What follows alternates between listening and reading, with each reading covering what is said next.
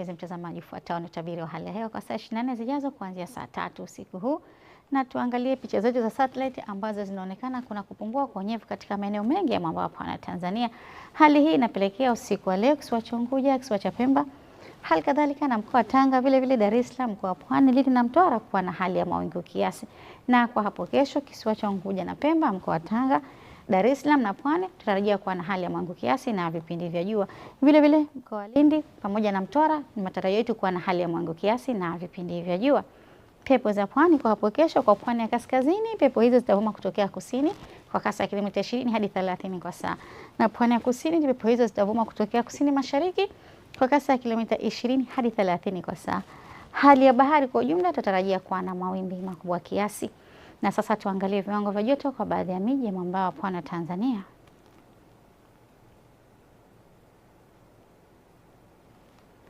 Hadi kufikia hapo ndio mwisho wa utabiri wa hali ya hewa kwa leo. Asante na nakutakia usiku mwema.